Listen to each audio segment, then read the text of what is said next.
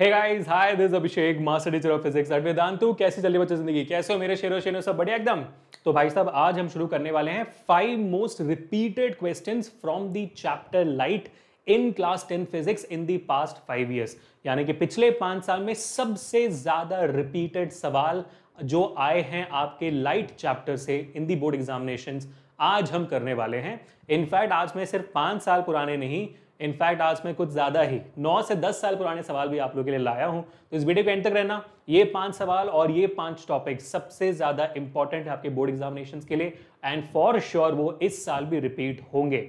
Video अच्छी लगे तो ऑफ कोर्स ये बात है भाई, जैसे मैं हमेशा कहता हूं, hit the like button, share this video, subscribe to the channel as usual, है ना?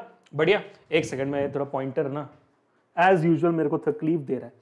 ये पॉइंटर हमेशा मुझे तकलीफ क्यों देता है इतना? पॉइंटर, हाँ गया नहीं गया? अरे पॉइंटर क्या कर रहा बबुआ? होगा? देखो, यही जो तकलीफ तुम देते हो मुझे, उससे ज्यादा तकलीफ पॉइंटर देता है हमें। बताओ, कोई बात नहीं, यहां पर क्लिकर आ जाता है, कर देंगे यहां से, ठीक है? तो make sure to hit the like button, share this video, subscribe to the channel right now. Comments मुझे बताना, होमवर्क का जवाब जो मैं दूंगा वीडियो के एंड में, साथ ही बताना कि क्या आपने अब तक इलेक्ट्रिसिटी का और मैग्नेटिक इफेक्ट्स का देख लिया सेशन। ये सेम सेशन मैंने इलेक्ट्रिसिटी और मैग्नेटिक इफेक्ट्स के लिए भी की हुई है, जहां पर आप लोगों का बहुत प्यार आया हुआ है, जाओ देखो। और ये लाइट का हो रहा है, ह्यूमन आई का भी चाहिए, तो सिंपल सा टारगेट है, मैंने बाकी 2 के लिए भी किया था और बच्चों ने कर दिया था। सिंपल सा टारगेट है इस सेशन के जो कमेंट्स होंगे भाई, 200 कमेंट्स हो जाने चाहिए, जहां पर ये बोलो आप होमवर्क का जवाब दे दो और ये बताओ कि ह्यूमन आई के लिए भी सेम बना दूं कि नहीं बना दूं, और इस पूरे सेशन में 500 लाइक्स भी हो जाने चाहिए, ठीक है? Done deal. चलो 24 आवर्स के अंदर, ऐसा नहीं कि 2-3 साल में, 24 आवर्स के अंदर। चलिए अब आगे बढ़ते हैं, और आपको ये भी याद दिलाना चाहता हूं कि इस पूरे सेशन का जो आपका पीडीएफ है वो आपको हमारे टेलीग्राम चैनल पे मिल जाएगा। चैनल का लिंक डिस्क्रिप्शन में, जल्दी ज्वाइन कर लीजिए अभी के अभी। And last but not the least, अगर आपको रील्स और शॉर्ट्स कुछ ज्यादा ही पसंद है और शॉर्ट्स और रील्स का एडिक्शन नहीं दूर कर पा रहे हो, तो यही शॉर्ट्स देख लो। वेदांतु 900 इन फिजिक्स हमारा एक और चैनल है जिसका लिंक अगेन डिस्क्रिप्शन में, जहां पर मैं सिर्फ 60 सेकंड्स के शॉर्ट्स के थ्रू पूरा इलेक्ट्रिसिटी चैप्टर और मैग्नेटिक इफेक्ट्स चैप्टर कंप्लीट कर रहा हूं। इलेक्ट्रिसिटी कंप्लीट हो चुका है along with your common doubts भी, और मैग्नेटिक इफेक्ट्स चैप्टर अभी चल रहा है। तो जाइए देखिए, हर दिन एक शॉर्ट आता है, वहां पर मजे आ जाएंगे भाई, ट्राई तो करके देखो, ठीक है? चलो अब आगे बढ़ते हैं to the first question for today. 5 सवाल है, जैसे जैसे हम 5वें सवाल तक पहुंचेंगे उतना ही रिपीटेटिवनेस बढ़ेगा, यानी कि पहले सवाल सबसे कम रिपीटेड है और 5वां सवाल सबसे ज्यादा रिपीटेड है, ठीक है? और अगर यहाँ पर कोई मेंशन डेट है उससे भी ज्यादा बार आया हुआ है तो मैं आपको बता दूंगा। जैसे कि ये सवाल है, आप देख सकते हो यहाँ पर कि आपको दिखाया गया कि 2018 में ये सवाल आया हुआ है। ये एग्जैक्ट सवाल 2018 में आया हुआ है, ये सिमिलर सवाल बहुत बार आया हुआ है, ठीक है? दिस क्वेश्चन, एग्जैक्ट क्वेश्चन 2018 में आया था, लेकिन ऐसे ही सिमिलर सवाल बहुत बार रिपीट हुआ है पिछले 10 साल में। और ये सवाल है क्या, देखते हैं, ठीक है? A lens produces a magnification of -0.5, ठीक है? एक लेंस है, पहली बात तो भाई लेंस है, मिरर नहीं है, और ये मैग्निफिकेशन प्रोड्यूस कर रहा है -0.5 का। पहले भाई जब ये दे दिया जाए, पहले समझ लो कि -0.5 मैग्निफिकेशन का मतलब क्या होता है। अगर आपका मैग्निफिकेशन -0.5 है, इससे आपको समझ में क्या आता है? इससे ये समझ में आना चाहिए सबसे पहले नेगेटिव का मतलब क्या होता है ये समझो आप, है ना? जिनको नहीं पता अब तक तो पता हो जाना चाहिए था, बट जिनको नहीं पता है, नेगेटिव मैग्निफिकेशन का मतलब होता है कि वो इमेज रियल है, इन्वर्टेड है, ठीक है? नेगेटिव का मतलब होता है रियल इमेज, और हर रियल इमेज इन्वर्टेड होती है। अब 0.5, अगर मैग्निफिकेशन आपका 1 से कम होता है, लेस देन 1 होता है, जैसे 0.5 आधा 1 से कम होता है, तो अगर आपका मैग्निफिकेशन 1 से कम है उसका मतलब होता है कि वो डिमिनिश्ड इमेज है, ठीक है? डिमिनिश्ड इमेज आपका जो है छोटा बना हुआ है, ठीक है? अब आपको समझना है कि भाई ये रियल और इन्वर्टेड इमेज कौन सा लेंस देता है? क्या दोनों लेंस देते हैं, कॉन्वेक्स कॉन्केव? नहीं, सिर्फ और सिर्फ कॉन्वेक्स लेंस देता है आपको एक रियल और इन्वर्टेड इमेज। कॉन्केव लेंस आपको वर्चुअल इमेज ही देता है सिर्फ, ठीक है? क्या कॉन्वेक्स लेंस आपको एक छोटा इमेज भी देता है? हाँ बिल्कुल देता है भाई। अब कॉन्वेक्स लेंस किस टाइप का लेंस है? कन्वर्जिंग है, डाइवर्जिंग है? कॉन्वेक्स लेंस एक कन्वर्जिंग लेंस है, यानी कि अगर कॉन्वेक्स लेंस से अगर आप लाइट रेस को छोड़ोगे, जैसे कि ये आपका कॉन्वेक्स लेंस ऐसे होता है, अगर आप लाइट रेस ऐसे पैरेलल छोड़ोगे तो कॉन्वेक्स लेंस उसे क्या करेगा? कन्वर्ज कर देगा एक पॉइंट में, क्योंकि कॉन्वेक्स लेंस एक कन्वर्जिंग लेंस है, ठीक है? समझ में आ गया? इतनी सारी चीजें आपके दिमाग में आ जानी चाहिए जैसे आपके सामने मैग्निफिकेशन -0.5 लिख दिया हो। अब आप बाकी सवाल पढ़िए, क्या दिया है बाकी सवाल में। बाकी सवाल में पूछा जा रहा है इज दिस अ कन्वर्जिंग और डाइवर्जिंग लेंस, हमने सॉल्व कर दिया, ये कन्वर्जिंग लेंस है। इसके लिए आपको मिल गए 1 पॉइंट, 1 मार्क, पॉइंट बोल रहा हूँ 1 मार्क। गेम चल रहा है क्या सर, पॉइंट दे रहे हो अपने, मार्क्स दे रहे हैं भाई। If the focal length of the lens is 6 centimetre, focal length दे दिया आपको कॉन्वेक्स लेंस का 6 सेंटीमीटर, और साइन कन्वेंशन के हिसाब से कॉन्वेक्स लेंस का फोकल लेंथ पॉजिटिव लिया जाता है, ठीक है। ड्रॉ रे diagram showing the image formation in this case, आपको इमेज फॉर्मेशन बनाकर दिखाना है इस सवाल का, लेकिन यार इमेज कहाँ बनी है तो पता ही नहीं हमें। कितना अच्छा सवाल दे दिया आपको, है ना। इमेज बनी क्या तो पता ही नहीं है, कैसे निकालेंगे। फोकल लेंथ दिया हुआ है 6 सेंटीमीटर, मैग्निफिकेशन आपको दी गई है -0.5। ओए होए होए, अब इमेज डिस्टेंस निकालनी है आपको। पहले इमेज कहाँ बना है, यानी कि इमेज डिस्टेंस निकालनी है, और इमेज डिस्टेंस निकालने के लिए आपके पास u भी होना चाहिए, ऑब्जेक्ट डिस्टेंस भी नहीं दिया हुआ है। जब इमेज डिस्टेंस निकालनी है और ऑब्जेक्ट डिस्टेंस ना दिया जाए तो क्या करोगे, 2 वेरिएबल्स है यहाँ पर, और आपने सीखा हुआ है मैथमेटिक्स में जहाँ 2 वेरिएबल्स होते हैं उनको निकालने के लिए आपके पास 2 इक्वेशंस की जरूरत होती है। वो इक्वेशंस कहाँ से मिलेंगे भाई, फोकल लेंथ है, मिरर फॉर्मूला भी है जो फोकल लेंथ से बनता है, जिसमें v और u दोनों होते हैं। क्या फॉर्मूला है वो, 1/f is equal to 1/v plus 1/u, ये मिरर फॉर्मूला है। लेकिन ये तो मिरर फॉर्मूला है ना, यहाँ तो लेंस है सर। हाँ, किसी के दिमाग में नहीं आया ना ये, पता है मेरे को, पता है ये लेंस फॉर्मूला है, तो 1/v माइनस 1/u। वैसे मैग्निफिकेशन का भी एक फॉर्मूला है जिसमें v और u होता है लेंस के लिए, m is equal to v/u। अब देखो ये दोनों इक्वेशन में f भी है, m भी है, v है, u है, v है, u है, बिल्कुल। तो इन दोनों का इक्वेशन का इस्तेमाल करके हम इन दोनों वेरिएबल्स का जवाब निकाल सकते हैं, ठीक है। तो इसको मान लेंगे हम इक्वेशन नंबर 1, इसको हम मान लेंगे इसको हम 1 मानते हैं, इसको 2 मानते हैं। पहले इस वाले का काम है, ठीक है बेटा। चलो अब हम आगे बढ़ के सॉल्व करेंगे, लेकिन सॉल्व करने से पहले क्या हम थोड़ा सा कॉमन सेंस का इस्तेमाल कर सकते हैं सवाल में। कॉमन सेंस माने यार हमें पता है कि यहां पर डिमिनिश्ड इमेज बन रहा है और एक रियल इमेज बन रहा है, तो कॉन्वेक्स लेंस का वो कौन सा रे डायग्राम है जहां पर एक रियल और डिमिनिश्ड इमेज बनता है। लगा सकते हैं दिमाग। ये रहा हमारा कॉन्वेक्स लेंस, ये आपका optical centre f1 2f1 f2 2f2। Object कहां पे होगा कि मेरा एक रियल इमेज और डिमिनिश्ड इमेज बनेगा, यानी कि छोटा और रियल। हाँ, अगर आपको याद आ गया हो, अगर आपका ऑब्जेक्ट बियॉन्ड 2f1 है तो ये रे गई, निकल गई f2 के थ्रू, दूसरी रे गई ऑप्टिकल सेंटर से, और इंटरसेक्शन का हुआ यहां पर, देख रहे हो आप। तो आपकी इमेज रियल और इन्वर्टेड बनेगी और f2 और 2f2 के बीच में बनेगी और छोटी बनेगी। देखो ऑब्जेक्ट से छोटी बनी है इमेज, डिमिनिश भी बन गई, और रेज अपने आप इंटरसेक्ट कर रहे हैं तो रियल भी बन गई। तो आपका ऑब्जेक्ट बियॉन्ड 2f1 होना चाहिए, तब जाकर आपका जो इमेज डिस्टेंस है वो बिटवीन f2 एंड 2f2 होगा। समझ रहे हो, बिटवीन f2 एंड 2f2 होगा, करेक्ट है। अब मेरे को फोकस का वैल्यू दिया इन्होंने, फोकल लेंथ 6 सेंटीमीटर, यानी कि मेरा जो ऑब्जेक्ट डिस्टेंस है वो बियॉन्ड 2f1, 2f मतलब f का डबल है ना। अगर f 6 सेंटीमीटर तो 2f कितना हुआ 12 सेंटीमीटर, तो मेरा ऑब्जेक्ट डिस्टेंस 12 सेंटीमीटर से ज्यादा होना चाहिए, और मेरा इमेज डिस्टेंस 6 सेंटीमीटर से 12 सेंटीमीटर के बीच में होना चाहिए, क्योंकि मेरा इमेज f2 और 2f2 के बीच में बन रहा है। f2 तक 6 सेंटीमीटर है और 2f2 तक 12 सेंटीमीटर, 6 और 12 के बीच में होना चाहिए। देखो इतना ज्ञान प्राप्त हो गया हमें, किसके थ्रू, इतना ज्ञान प्राप्त हुआ हमें अभिषेक सर के वेरिफिकेशन मेथड के थ्रू। अगर आप लोग मेरा ये मेथड नहीं जानते हो तो फिर आपको YouTube पर मेरा ये सेशन देख लेना चाहिए वेरिफिकेशन मेथड के ऊपर। आप YouTube में ये सर्च कर लो, how to solve light mirror formula, lens formula, numericals without solving them, ठीक है। तो बिना सॉल्व किए ही कैसे जवाब निकल सकता है, वो वेरिफिकेशन मेथड मैंने उस सेशन में पढ़ाया हुआ है। सामने अभिषेक सर लिख दीजिएगा, मिल जाएगा वीडियो आपको, ठीक है। या तो आप इस साल का मेरा मिरर फॉर्मूला भाई अभिषेक सर टाइप कर दियो, तो इस साल का आपको मेरा उमंग का सेशन नहीं मिल जाएगा, उसमें मैंने सॉल्व किया हुआ है।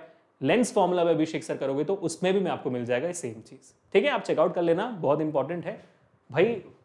हर साल ये मेथड हिट होता है मेरा, इस साल भी हो जाएगा, I am pretty sure of it. तो अब जाके हम सॉल्व करते हैं, ठीक है बेटा।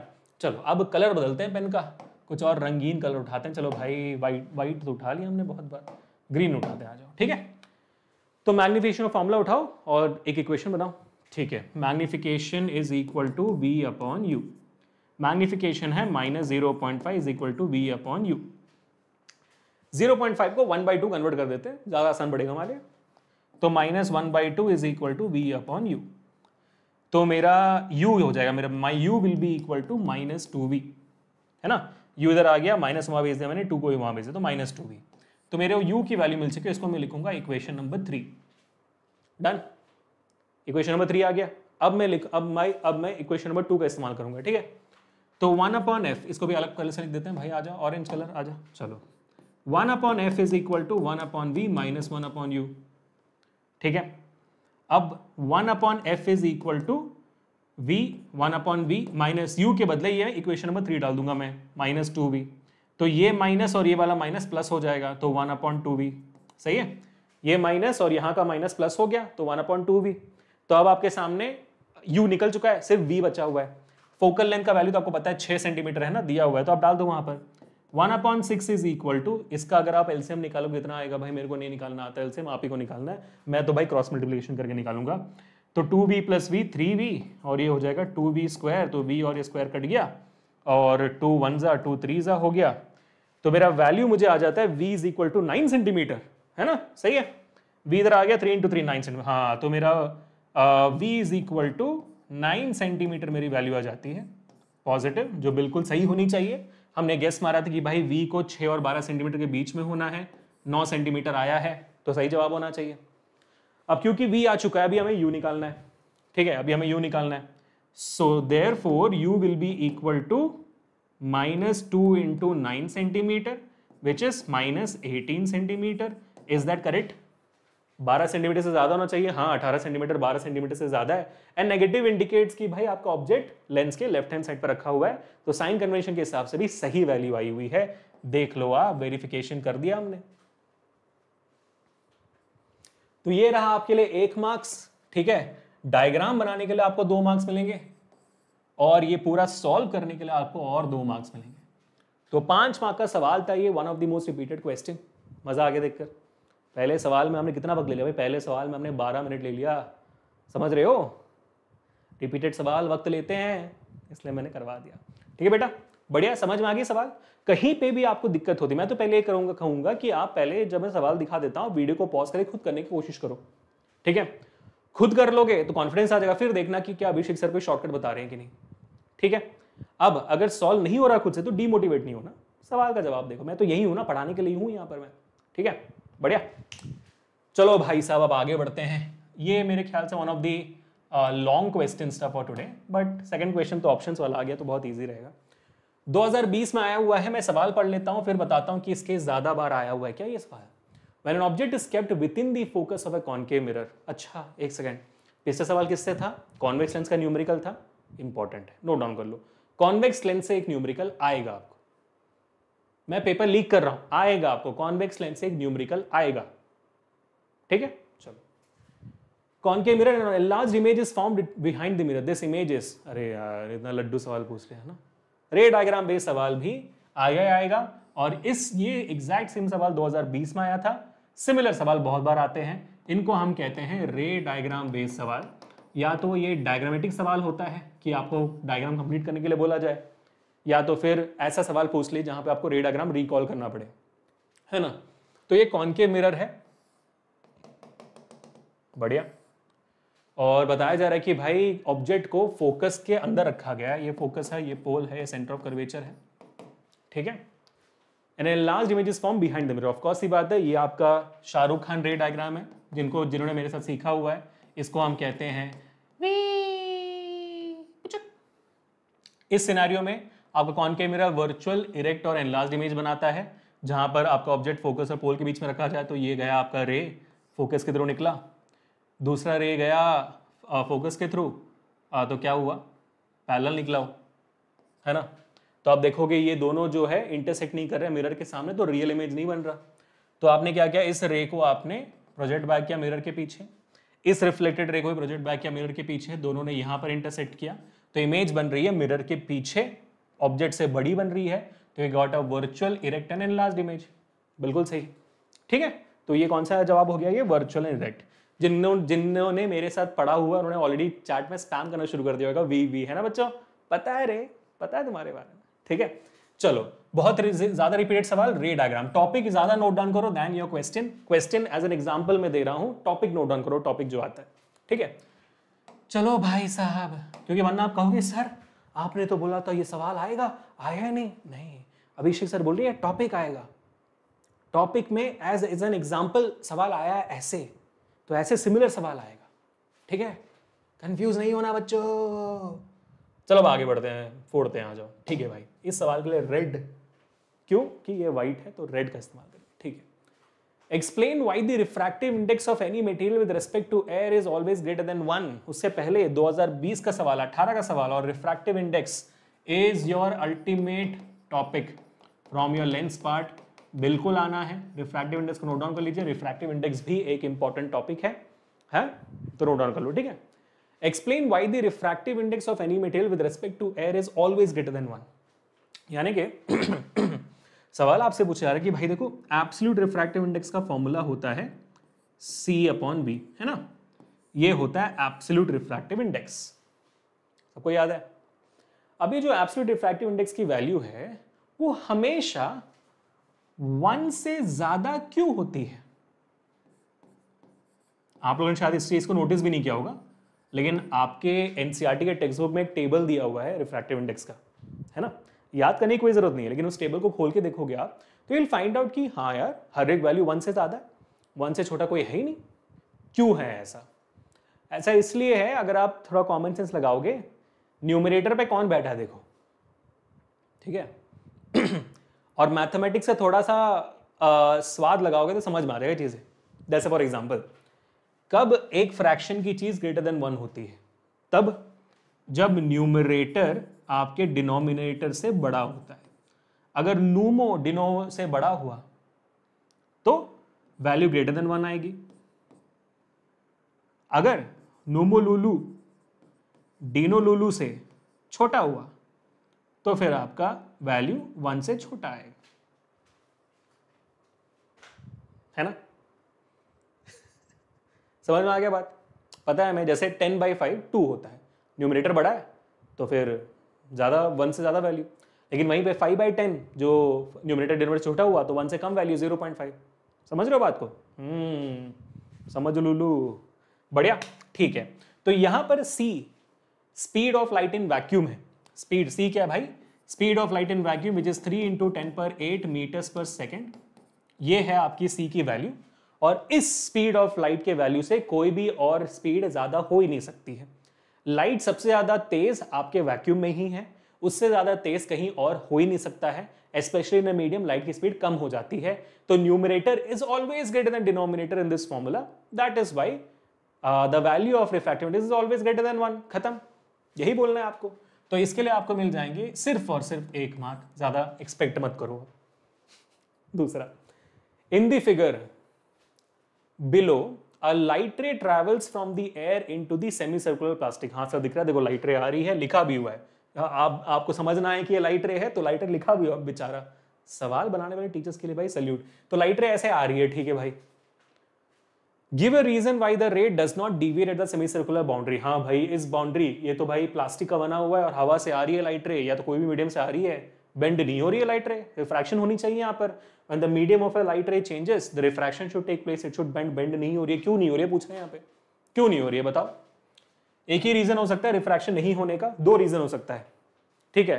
पहला रीजन कि जिस मीडियम से लाइट आ रही है और जिस मीडियम में जा रही है, अगर उन दोनों का रिफ्रैक्टिव इंडेक्स सेम होगा तब रिफ्रैक्शन नहीं होगी, डिविएशन नहीं होगी, सीधा निकल जाएगा लाइट। क्यों सर ऐसा? अरे भाई, refractive index tells you the amount of, refractive index क्या होता है? रिफ्रैक्टिव इंडेक्स आपको ये बताता है कि लाइट कितनी बेंड हुई है।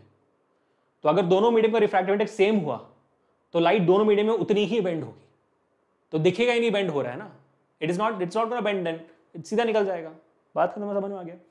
ये रीजन वाला सवाल आपको दिमाग में रखना है, क्योंकि ये सवाल टाइप आपको एक बार हॉट्स में पूछा गया सीबीएसई बोर्ड एग्जामिनेशंस में, ठीक है। लेकिन यहां पर वो रीजन नहीं है। क्यों नहीं है?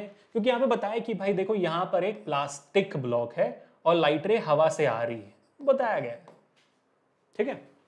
ट्रेवल्स फ्रॉम द एयर बोला गया है ना यहां पर, ठीक है।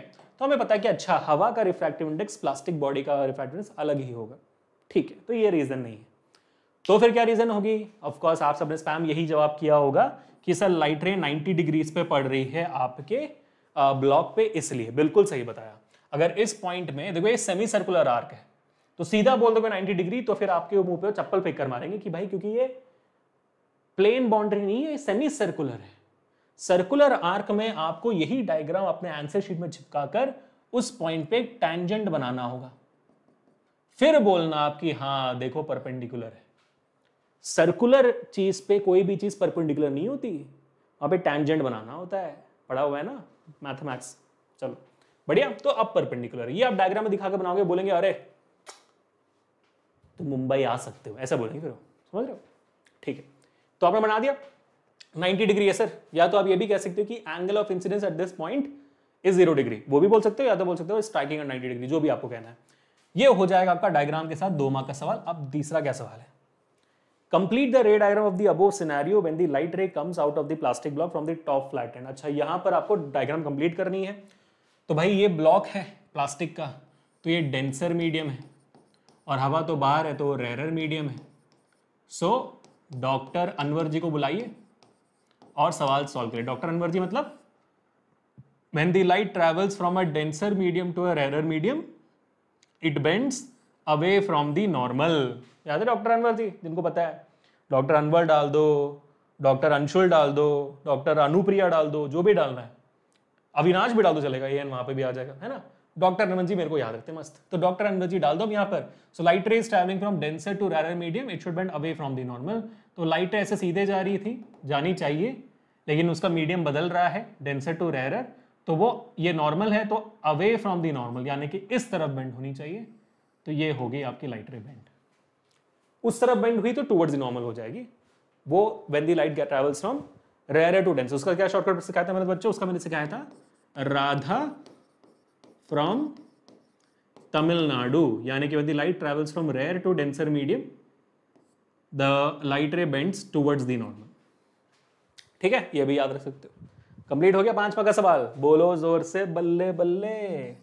मजा आ गया। 3 सवाल हो चुके हैं, बहुत बेहतरीन। अब हम चौथे सवाल की तरफ चल रहे हैं। जैसे मैंने कहा था जैसे जैसे नंबर ऑफ क्वेश्चंस बढ़ते जाएंगे उतना ही इसका रिपीटेटिवनेस बढ़ता जाएगा। 2016 का सवाल, 2018 का सवाल पढ़ता हूं फिर बताता हूं और कितने साल आया हुआ है ये। The image form by A spherical mirror is real inverted and it's magnification is -2। ये इस साल भी आएगा, ठीक है, क्योंकि ये सवाल है कॉनकेव मिरर से। ठीक है बेटा, प्लीज नोट डाउन कर लो कि आपको एक सवाल फॉर श्योर आपको 2 न्यूमेरिकल मिलेंगे। ठीक है, न्यूमेरिकल वाइज आपको 2 न्यूमेरिकल मिलेंगे लाइट से, जिसमें से एक कॉनकेव मिरर का होगा, दूसरा कॉन्वेक्स लेंस का होगा, जो हमने देख लिया। ठीक है, ये दोनों न्यूमेरिकल्स आने ही आने हैं लाइट से, प्लीज नोट डाउन कर लो। ठीक है, पेपर लीक हो रहा है, एक सवाल रिफ्रैक्टिव इंडेक्स से आ जाएगा, ठीक है, एक सवाल रे डायग्राम बेस्ड होगा, दूसरा एक सवाल साइन कन्वेंशन बेस्ड हो सकता है। ठीक है, पेपर लीक पूरा। चलो अब आगे क्या है भाई? द इमेज मेरे को कैसे पता है ये कॉनकेव मिरर का है? क्योंकि भाई जैसा उन्होंने बता दिया मैग्निफिकेशन -2 है ना, हमें तो यही सीखना होता है कि मैग्निफिकेशन -2 का मतलब क्या हुआ। वो तो सवाल में दिया भी गया वैसे। मैग्निफिकेशन अगर -2 है, माइनस का मतलब होता है कि रियल एंड इन्वर्टेड इमेज है, 2 का मतलब होता है m इज ग्रेटर देन 1, तो ये एनलार्ज्ड इमेज भी है। ठीक है, real inverted image enlarged image है। ठीक है, रियल है, इन्वर्टेड है, एनलार्ज्ड, बहुत बढ़िया। तो रियल इन्वर्टेड इमेज मिरर्स में आपको सिर्फ कॉनकेव मिरर देता है, कॉन्वेक्स मिरर नहीं देता है। कॉन्वेक्स मिरर सिर्फ और सिर्फ वर्चुअल इमेज देता है। ठीक है, चलो, if the image is a distance of 30 centimetre from the mirror. अच्छा, इमेज डिस्टेंस दे दिया गया आपको 30 सेंटीमीटर, ओके, और रियल इमेज है तो -30 according to sign convention. Okay, find the, अच्छा where is the object place, आपको ऑब्जेक्ट डिस्टेंस भी निकालना है। हुए क्या बात है, ठीक है, यहां पर भी 2 वेरिएबल है क्योंकि फोकल लेंथ भी नहीं दिया गया, फोकल लेंथ भी निकालना है। तो अगेन वही सेम कहानी बच्चों, दो वेरिएबल्स हैं, दो इक्वेशन निकालने पड़ेंगे आपको। List to characteristics of the image formed if the object is move 10 centimetre towards the mirror. इस पर हम आते हैं, पहले हमें यू तो निकालने पड़ेगा, एफ भी निकालना पड़ेगा, उसके बाद ही बाकी कहानी हम लिख पाएंगे। चलो निकालते हैं जवाब, देखते हैं क्या आता है। तो यहां पर कौन से दो इक्वेशंस होंगे सेम भाई, एक मैग्निफिकेशन वाला होगा और दूसरा आपका होगा मिरर फॉर्मूला वाला। ठीक है, चलो करते हैं। तो इसको हम उठाकर साइड में रख देते हैं। ठीक है, चलो यहां से शुरू करते हैं। तो मैग्निफिकेशन का मिरर का फॉर्मूला होता है -v/u, जिसकी वैल्यू दी गई है -2। तो ये माइनस और ये माइनस कट गया, बचा v/2। v = आप 2u कर सकते हो, बन गया आपका पहला इक्वेशन सॉर्टेड। अब दूसरा इक्वेशन यहां से शुरू करते हैं। ठीक है, 1/f = 1/v + 1/u, mirror formula है आपका। ठीक है, यहां पर आपके पास f नहीं है, u नहीं है। ठीक है, v दिया हुआ है 30, बढ़िया। यहां पर आप v की, अच्छा v के बदले आप 2u लिख सकते हो ना यहां पर।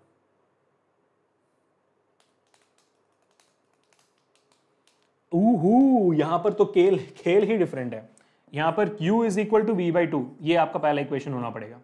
This has to be first equation, क्योंकि अगर आपने 2u यहां पर डाल दिया तो यहां पर फिर आपके पास f भी नहीं है, u भी नहीं है, कोई वैल्यू निकाल नहीं पाओगे फिर, है ना। इसी वजह से u के बदले v/2 डाल दोगे।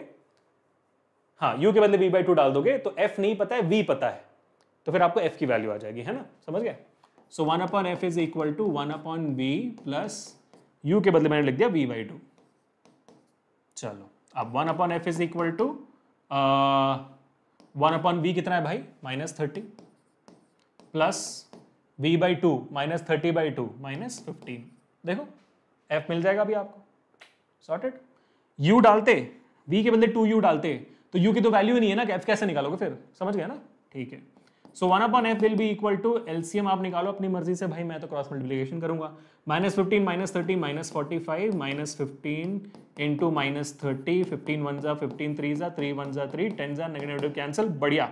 सो focal length is equal to -10 centimetre मेरा आ चुका है, जो सही होना चाहिए, क्योंकि कॉनकेव मिरर का फोकल लेंथ नेगेटिव होता है। सही एग्जैक्टली है कि नहीं वो डायग्राम बनाऊंगा तो मेरा जो हमारा अपना वेरिफिकेशन मेथड है वो खुद ही बता देगा मेरे को कि सही है कि गलत। ठीक है, जैसे ये डायग्राम मैंने बनाया, देखो कॉनकेव मिरर आपका प्यारा से, पोल है, फोकस है, सेंटर ऑफ कर्वेचर है। मेरा v क्या है, मेरा v 30 सेंटीमीटर पे है ना, फोकल लेंथ 10 सेंटीमीटर है। ठीक है, तो अगर फोकल लेंथ मेरा 10 सेंटीमीटर है तो मेरा सेंटर ऑफ कर्वेचर 20 पे होगा, सही है। ठीक है, तो v मेरा 30 पे बन रहा है और नेगेटिव, यानी कि v मेरा यहां पर बन रहा है जो 30 पर है, बढ़िया, सही है। u निकालो फिर बताता हूं सही है कि नहीं। u निकल गया, हो जाना चाहिए, दो कैसे, चलो सॉल्व करते हैं भाई, u निकालते हैं ना, हो तो गया। ठीक है, तो f आ गई -10। और फिर यही सेम चीज दोबारा करना पड़ेगा आपको, यही सेम चीज दोबारा करना पड़ेगा, खतरनाक सवाल है भाई। ठीक है, so your 1/f is equal to 1/v plus 1/u, है ना, और आपको 1/u निकालनी है अभी। So 1/u will be equal to 1/v, यहां आ गया, so 1/f minus 1/v। So 1/u will be equal to focal length कितना है अभी निकाला हमने, -10, और v कितना है आपका -30, ये माइनस और ये माइनस प्लस हो जाएगा। ठीक है, so 1/u is equal to 1/10 plus 1/30। अब आप क्रॉस मल्टीप्लाई कर लो, तो this will be equal to 30 - 10 plus 20 and -10 into 30, 10 1 जा 10 2 जा 2 1 जा 2 15 जा, u is equal to -15 centimetre जवाब आ रहा है। यानी कि मेरा ऑब्जेक्ट जो है कहाँ होना चाहिए, अगर मेरा इमेज बियॉन्ड सी है तो मेरा ऑब्जेक्ट कहाँ होना चाहिए, बिटवीन एफ एंड सी, सही है, जिनको रे डायग्राम पता है। मेरा वैल्यू 15 आया है तो मतलब 10 और 20 के बीच में होना चाहिए था 15 करेक्ट है, बिल्कुल सही। तो अब इससे क्या क्लियर हो गया कि हमारा हंच बिल्कुल सही था, हमारे जवाब भी बिल्कुल सही हैं। ये आ गया आपका ऑब्जेक्ट और आपका रे ऐसे निकलना चाहिए, ठीक है, और सेंटर ऑफ कर्वेचर से आने वाला रे भी ऐसे ही निकलना चाहिए। दोनों इंटरसेक्शन यहीं पे कर रहे हैं, बिल्कुल सही जवाब आपका, ठीक है, बहुत बढ़िया। When the object is between F and C, image is formed beyond C. Perfect answer. Verify भी हो गया। अब नेक्स्ट सवाल क्या पूछ रहा है, तो आपको इस पार्ट के लिए 1 मार्क मिल गए हैं, नहीं इसके लिए आपको, हाँ इसके लिए 1.5 मिल जाएंगे, इसके लिए 1.5 और फोकल लेंथ के लिए भी 1.5 मिल जाएगा। लिस्ट 2 कैरेक्टर्स के लिए 2 मार्क्स होंगे, ठीक है। List 2 characteristics of the image formed if the object is move 10 centimetre towards the mirror. अगर 10 सेंटीमीटर हम ऑब्जेक्ट को टुवर्ड्स द मिरर कर लेंगे, तो अभी 15 पे ये है ना, 15 से अगर 10 सेंटीमीटर मूव करेगी तो कितना पे आएगी, ये 5 पे आ जाएगी आपके ऑब्जेक्ट। तो यानी कि आपका ऑब्जेक्ट 10 से आगे, फोकल लेंथ के आगे आ गया, है ना। तो आपका इमेज प्रॉपर्टी क्या होगा, वर्चुअल एंड इरेक्ट इमेज, अभी हमने किया था। अगर आपका ऑब्जेक्ट फोकस और पोल के बीच में है तो इमेज वर्चुअल एंड इरेक्ट बनेगी। एनलार्ज भी लिख सकते हो, 3 कैरेक्टरिस्टिक हो जाएगा, एग्जामिनर खुश, ठीक है बेटा। तो चौथा सवाल बहुत ही बढ़िया था, बहुत ही इंटरेस्टिंग था, और मुझे लगता है कि यार आज के चारों सवाल में से एक को निकालकर, वो जो एमसीक्यू वाला था उसको निकालकर बाकी तीनों सवाल काफी अच्छे थे।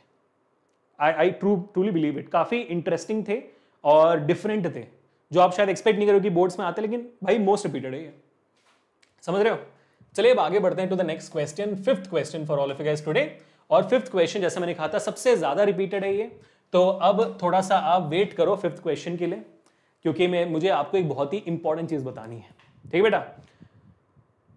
एक बच्चे के लिए, मेरे जैसे आपके जैसे बच्चे के लिए सबसे इंपॉर्टेंट चीज क्या होती है? अगर आप सोचोगे ऐसे ऐसे ऐसे, फिर मैं बोलूंगा, आपके सोचने पहले बोल देता हूं मैं कि मेरे लिए सबसे ज्यादा बड़ी चीज मेरे माँ बाप की खुशी थी। अब आपको लगेगा हाँ सर, हाँ वो तो इंपॉर्टेंट है ना। और इमेजिन करो ऐसी खुशी जो आप उन्हें दे रहे हो, और एक बहुत बड़ी खुशी जो उनके सपनों को पूरा करने वाली है। कैसे? क्या आपको पता है कि आपके पापा मम्मी आपको क्या बनाना चाहते हैं और आप बनना क्या चाहते हो 10th के बाद? सबके जिंदगी में होगा, हाँ आपने बोल दिया सर हमें जेई करना है, नीट करना है ना, इंजीनियरिंग आईआईटी जानी है, इतना अच्छा ड्रॉप जॉब चाहिए, वही सोच रहे हो आप भी। शायद कुछ बच्चे यूपीएससी करेंगे, कुछ बच्चे कुछ और करेंगे। Congratulations to you, all the best to you. लेकिन आपके पापा मम्मी के दिमाग में खुश तो वो जरूर है, लेकिन उनके दिमाग में एक प्रेशर होगा, एक स्ट्रेस होगा, वो होगा आपके इन सारी चीजों के कोचिंग का। फीस लगती है भाई, सपने पूरा करना। To be very honest guys, somebody has said it very rightly, fulfilling your dreams is extremely costly. सपनों तक पहुंचना बहुत महंगा होता है। महंगा not only in the terms of money but also in the terms of hard work. Hard work में तो मुझे यकीन है कि आप करोगे, पैसों के मामलों में भी अपने सपनों तक पहुंचना महंगा होता है, ठीक है। किसने कहा था ये? आपके जानू सर ने। इस बात को ध्यान रखिए। तो क्या आप, अगर आपके पास एक मौका मिले आपको जिसमें बताया जाए कि यार you have 100% chances to get 100% scholarship, and even if you attempt that thing, अगर आप कोशिश भी करोगे तब भी आपको स्कॉलरशिप है, तब करोगे? चलो थोड़ा सा और कन्विंसिंग बना दो आपके लिए। जेई नीट की कोचिंग के लिए 2 साल का आपको मिनिमम 2 लाख लगते हैं, अगर आप एक इफेक्टिव जगह से जा रहे हो। वेदांतु में भी लगते हैं उतने ही भाई, सिंपल है, मिनिमम। किसी और जगह पे कम पे मिल रहा है तो समझ लेना क्वालिटी कम होगी वहां पर। आप खुद ही यूट्यूब पर उन सारे चैनल्स या सारी कंपनीज का रिव्यू देख सकते हो, बहुत सारे बच्चों ने अपलोड किया हुआ है। I am not going go into that, you are intelligent enough. वहीं पे अगर आप हॉस्टल फैसिलिटी के साथ ऑफलाइन पढ़ रहे हो कहीं और जाकर, तो जाने का खर्चा अलग, फैमिली से दूर रहना अलग, साथ ही साथ हॉस्टल का मिलाकर 3 से 4 लाख रुपए खर्च हो सकते हैं मिनिमम, बेयर मिनिमम 2 साल के लिए। शायद कुछ लोगों के लिए, कुछ बच्चों के लिए ये प्रॉब्लम नहीं हो, कुछ फैमिलीज के लिए प्रॉब्लम नहीं होगी, लेकिन मेजॉरिटी लोगों के लिए प्रॉब्लम होती है। एक मिडिल क्लास फैमिली से बिलोंग करता हूं मैं, तो for a middle class person I do understand कि भाई साहब 3 से 4 लाख रुपए 2 साल में कितना इंपॉर्टेंट होता है।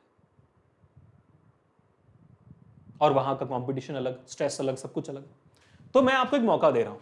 इस वीडियो के डिस्क्रिप्शन में एक लिंक है जिसमें अगर आप क्लिक करोगे तो आपके सामने एक वेब पेज खुल जाएगा जिसको कहते हैं MVSAT, mega Vedantu scholarship admission test. ये टेस्ट जो भी बच्चा देगा उस बच्चे को अश्योर्ड स्कॉलरशिप है। अश्योर्ड स्कॉलरशिप यानी कि भाई आपने अटेम्प्ट कर लिया, आपको स्कॉलरशिप है, मिनिमम स्कॉलरशिप आपको मिल ही जाएगी। There are very good chances for you get 100% scholarship also. Very good chances. आप उसके वीडियो के नीचे जाओगे ना तो आपको ऐसे बहुत सारे बच्चे दिख भी जाएंगे जिनको 100% स्कॉलरशिप मिला है, जेई वाले, नीट वाले, 10th वाले, जो भी है। दूसरा, ठीक है, इसमें आपको और भी प्राइजेस है। इन प्राइजेस के बारे में मैं बताना नहीं चाहता, आप ये वेबसाइट पे देख लेना क्योंकि सेकेंडरी है, मेरे लिए इंपॉर्टेंट ये है यार, माँ बाप की खुशी ज्यादा इंपॉर्टेंट है, फिर मैं बता देता हूँ। 5 दिन का स्पेस प्रोग्राम है विथ ISRO ऑफ कोर्स, और भी बहुत गुडीज हैं, smart watches, telescopes, drones and a lot more things. But as I said, important thing is this, ये एग्जामिनेशंस कब हो रही हैं? ये ऑफलाइन हो रही है आपके शहर में। जब आप रजिस्टर करोगे तो आप शहर अपना लिख सकते हो, आपको बाकी डिटेल्स ऑटोमेटिक मिल जाएंगे। हो रही है 2nd, 3rd, 9th, 10th दिसंबर, ठीक है, 4 दिन हो रही है ऑफलाइन सेंटर्स पे। आप चाहो तो ऑफलाइन या ऑनलाइन दोनों दे सकते हो, लेकिन मैं चाहूंगा कि आप ऑफलाइन जाकर देखना। हमारे टेस्ट सेंटर्स, हमारे वेदांतु लर्निंग सेंटर्स बहुत अच्छे देखने के लिए भी, तो मौका मिले तो आप जाना जरूर। This what I would say, I would force you guys to go for offline centres, but अब नहीं जा पा रहे तो ऑनलाइन बिल्कुल कोई प्रॉब्लम नहीं, कर लेना आप, ठीक है। अब सर सिलेबस क्या है? आप किस ग्रेड में हो? 10th में हो ना, 10th का ही सिलेबस है। तो आप समझ लेना कि यार यहां पर आप एक प्री बोर्ड देने के लिए जा रहे हो, मॉक टेस्ट पेपर, ठीक है, जिसमें 50 सवाल होंगे। इन 50 सवाल में आपको मेरे ख्याल से 20 सवाल साइंस के हैं, 25 सवाल मैथ्स के हैं, और 5 सवाल आपके होने वाले हैं मेंटल एबिलिटी से, मैथ से, ठीक है। और इनका सिलेबस का लेवल 10th ग्रेड तक का ही होगा। There is no negative marking. आप, और सारे के सारे सवाल जो हैं ऑब्जेक्टिव है, 4 ऑप्शंस होंगे, कोई नेगेटिव मार्किंग नहीं है, so no negative marking, no negative marks, सब ऑब्जेक्टिव है। तो मेरे आपके चांसेस और बढ़ जाते हैं भाई, ऑब्जेक्टिव है तो फिर आप तुक्का भी मार सकते हो, तो ट्राई आउट जरूर करना, ठीक है बेटा। तो लेकिन एक और चीज तो थी जो मेरे बोलनी थी, मैं भूल गया, हाँ नहीं भूल गया मैं, बट नहीं आओ, रजिस्टर राइट नाउ, जाओ लिंक पे अभी के अभी रजिस्टर कर दो, मिस आउट मत करो। और मैं आपको ऑलरेडी बताना चाहता हूं कि भाई हजारों बच्चों ने ऑलरेडी रजिस्टर कर दिया है, मौका मत गवाओ यार, क्योंकि MVSAT साल में सिर्फ 2 बार आता है और ये वाला आ चुका है, ठीक है। और ये सही मौके पे आया, क्योंकि जब तक आपका, हाँ ये बताना था मेरे को कि क्योंकि ये 10th ग्रेड के सिलेबस के साथ हो रहा है, तो सारे 10th के बच्चों को एक ऑल इंडिया रैंक भी मिलेगी, ताकि आपको समझ में आ जाए कि अच्छा अगर मैं 10th का बोर्ड एग्जामिनेशन देता हूं मेरी इतनी रैंक आती, समझ रहे हो, स्पेशलिटी है उसकी भाई। तो ये वक्त इसलिए सही क्योंकि नवंबर का महीना, दिसंबर में टेस्ट दोगे, आपका जनवरी में रिजल्ट आ जाएगा, तो आपका जो मार्च में आपका जो बोर्ड एग्जामिनेशन प्रेशर है वो भी थोड़ा कम हो जाएगा, क्योंकि आपका कोचिंग का फीस तो हमने भर दिया आपके लिए, बस, ठीक है। तो जाइए अभी के अभी रजिस्टर करिए और बहुत सारे बाकी जो प्राइसेस को भी कमा दीजिए। Moving on forward to the 5th question right now. क्या दिया भाई? 2014, 16 और 18, इनफैक्ट दिल्ली 2014 में भी आया हुआ है ये सवाल। मैं क्वेश्चन पढ़ता हूं फिर बताता हूं और कितनी बार आया हुआ है। A spherical mirror produces an image of magnification -1। देख लो भाई, ये कॉनकेव मिरर का दोबारा यही सवाल है, कॉनकेव मिरर का। Again as I said, concave mirror is extremely important, और ये सवाल बहुत इससे ही ज्यादा बार आ चुका है, और ये 2014 तक हमने देखा हुआ है, 9 साल पहले तक का, है ना। तो यहां पर मैग्निफिकेशन -1 है, कैसे पता चला सर ये कॉनकेव मिरर है? -1 मैग्निफिकेशन है ना, same understanding, same question, magnification -1 है, माइनस मतलब रियल है, इन्वर्टेड है, 1 m इज इक्वल टू 1 है, इसका मतलब इमेज सेम साइज का है ऑब्जेक्ट के, है ना। इसके पहले आपने छोटा इमेज देखा, बड़ा इमेज देखा, इक्वल टू इमेज आ गया अभी, ठीक है। चलो, on A screen place at a distance 40 centimetre from the mirror, ठीक है। इमेज डिस्टेंस आपको दे दिया है 40 सेंटीमीटर का, और कॉनकेव मिरर है, रियल इमेज है तो -40 लेना है according to sign convention. Right type of mirror हमने बोल दिया ऑलरेडी, कॉनकेव, डन। दूसरा, पहला हो गया 1 मार्क के लिए, ठीक है। दूसरा क्या है? What is the nature of the image form, बोल दिया हमने, रियल एंड इन्वर्टेड, खत्म, 1 मार्क। तीसरा, how far is the object located from the mirror, ये तो निकालना पड़ेगा, है ना। How far is the object, ये तो और लड्डू हो गया भाई, इतना लड्डू सवाल कैसे दे देते हैं, क्यों? कौन बता सकता है कि भाई ऑब्जेक्ट कहां पे प्लेस्ड है? देखो ये कॉनकेव मिरर है, ठीक है, ये पोल है, ये फोकस है, ये सेंटर ऑफ कर्वेचर है। आपको कॉनकेव मिरर के केस में मैग्निफिकेशन -1 या तो सेम साइज इमेज कब मिलता है? जब आपका ऑब्जेक्ट एग्जैक्टली ऑन सी होती है। जब आपकी ऑब्जेक्ट ऑन सी होती है तब आपकी इमेज सी पे ही बनती है, सेम साइज बनती है। तो आपका ऑब्जेक्ट डिस्टेंस कितना है भाई? ऑब्जेक्ट डिस्टेंस भी -40 सेंटीमीटर ही है। तो जहां पे ऑब्जेक्ट बनेगा वही इमेज भी बनेगा। तो इमेज 40 पे बना है तो ऑब्जेक्ट डिस्टेंस भी 40 पे ही हो। एक मार्क खत्म। इसलिए एक एक मार्क का है। 2-3 मार्क्स का होता तो आपको सॉल्व करना पड़ता मिरर फॉर्मूला से ना, समझ रहे हो? ये कॉन्सेप्ट पता है तो बच्चा 1 मार्क में कर लेगा। Now draw the ray diagram to show the image formation in this case. चलो बना दिया मेरे भाई, 2 marks. Typical CBSE board question, typical CBSE board question. तो यार होमवर्क ही नहीं बचा, इतना इजी था, मैंने खुद कर लिया, होमवर्क नहीं बचा। आप बस जाओ होमवर्क के वक्त में जाके आप एमबी साइट के लिए रजिस्टर करो और आप स्पैम करो। जैसे मैंने कहा था 200 कमेंट्स आ गए मुझे ये बताते हुए कि sir human I in the colourful world के लिए भी सेम सेशन कर दो सर, तो कर देंगे हम। और विद इन 24 आवर्स 500 लाइक्स भी आ जाने चाहिए। ठीक है बेटा, चलो I hope always enjoyed this session. Moving on forward, अगर अच्छा लगा तो please make sure to hit the like button, share this video and subscribe to the channel right now, क्योंकि जैसे जैसे हम मार्च की तरफ बढ़ते जाएंगे हंगामा होते चला जाएगा। आज ही आप देख सकते हो इस हफ्ते हमने एक नया सीरीज शुरू किया हुआ है 60 डे स्ट्रैटेजी का, मॉक टेस्ट का, पीवाईक्यू मैराथन का, स्प्रिंट टेक्स प्री बोर्ड्स का, सब कुछ शुरू किया हुआ है। तो ज्वाइन राइट नाउ पीपल। ठीक है, चलिए फिर मिलते हैं नेक्स्ट सेशन में। This is Abhishek signing off. खत्म करते हैं थंडर हाई-फाई से। Peace people.